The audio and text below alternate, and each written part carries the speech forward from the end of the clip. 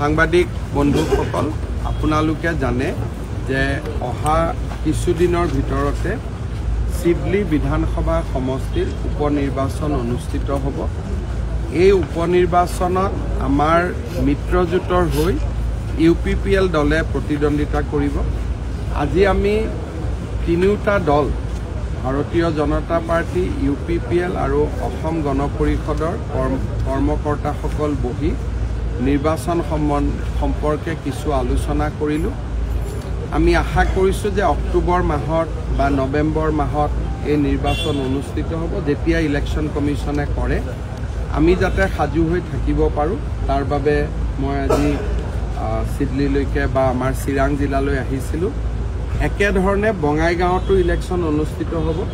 আবেলি মই বঙাইগাঁৱতো আমাৰ কাৰ্যকৰ্তাসকলক সাক্ষাৎ বঙাইগাঁৱত আমি অসম গণ পৰিষদ দলক দিম। 2021 যি ধৰণে আমি আসন বুজা পৰা কৰি লৈছিলোঁ তেনেকুৱা ধৰণে বিহালী, ধলাই আৰু চামুগুৰিত BJP দলে খেলিব, বঙাইগাঁৱত AGP দলে খেলিব, শিৱলিত UPPL দলে ইলেকশ্যন।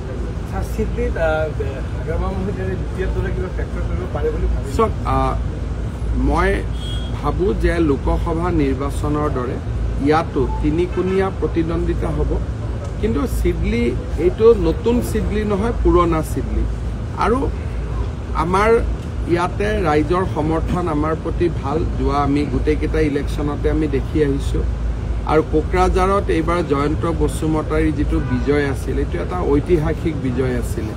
গতিকে মই ভাবোঁ যে আমাৰ মিত্ৰ গোষ্ঠীয়ে খুব ভাল কৰি এই নিৰ্বাচনটো জিকিব পাৰিব।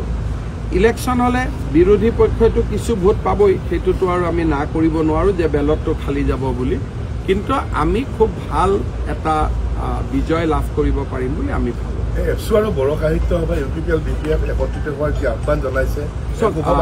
UPPL আৰু BPF দল একেলগ হৈ ইলেকশ্যন খেলিলে বা তেওঁলোক একেলগে হ'লে মই ভাবোঁ ই এটা পজিটিভ কথা, ই এটা ইতিবাচক দিশ। আৰু BJP দলে তাক আদৰণি জনাব।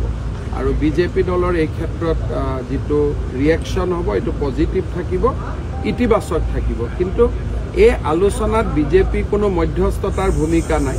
কিন্তু দুইটা দল লগ লাগিলে BJPয়ে ভাল পাব, কাৰণ আমি বড়ো জাতি জনগোষ্ঠীৰ মাজত একতা আৰু সমন্বয় বিচাৰোঁ। স্যাৰ আমছুৱে স্যাৰ স্মাৰকপত্ৰ দিছে স্যাৰ উচ্চতম ন্যায়ালয়ত নিৰাপত্তাহীনতাত ভোগা বুলি তেখেতসকলে স্মাৰকপত্ৰ দিছে স্যাৰ। ইয়াতো নিৰাপত্তা দেখোন নিৰাপত্তাহীনতা ক'ত হৈছে? ইয়াতো কোনো ঘটনাই দেখোন নাই। পুলিচ, চুৰি, ডকাইতি একো কেছে নাই দেখোন।